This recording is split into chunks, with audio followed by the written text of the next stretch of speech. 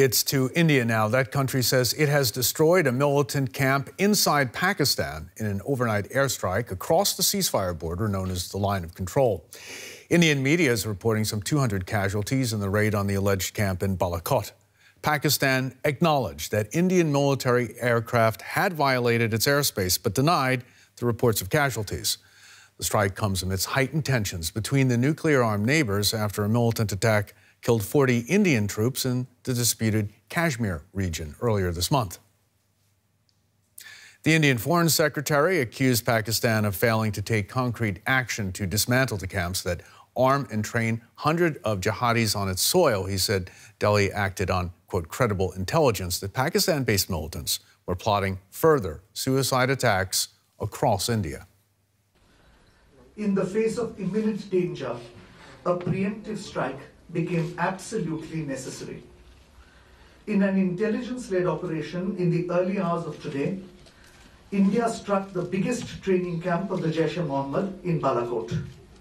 In this operation, a very large number of Jaish-e-Mohammed terrorists, trainers, senior commanders, and groups of jihadis who were being trained for Fidaiin action were eliminated. Let's get the very latest now from our correspondent, Nimisha Jaiswal, joining us from Delhi. Good morning to you, Nimisha. Can you tell us some more about these strikes, and does this mark a dangerous escalation?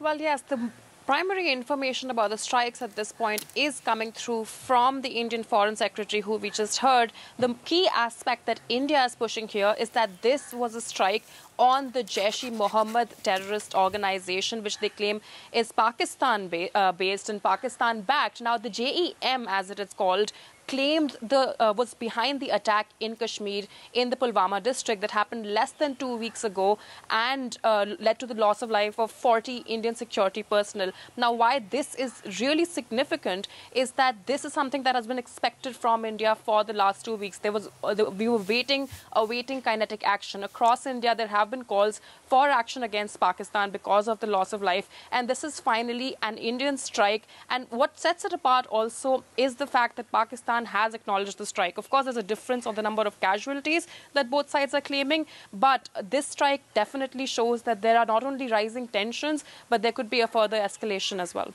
Okay, a further escalation. There have been other strikes, haven't there? How's this different? Could we expect more strikes then?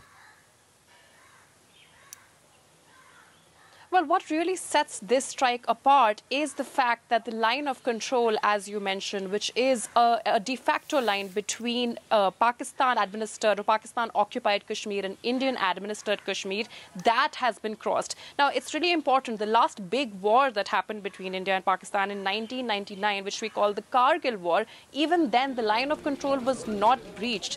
This attack, once verified, the place where India says this attack has happened is far into Pakistani territory. So this is significant because, if true, India has actually entered and done a strike across the LOC in Pakistani territory, which is why this escalation is expected. The last time, what sets this apart is that in 2016, Pakistan denied that an attack happened. This time, Pakistan has acknowledged it.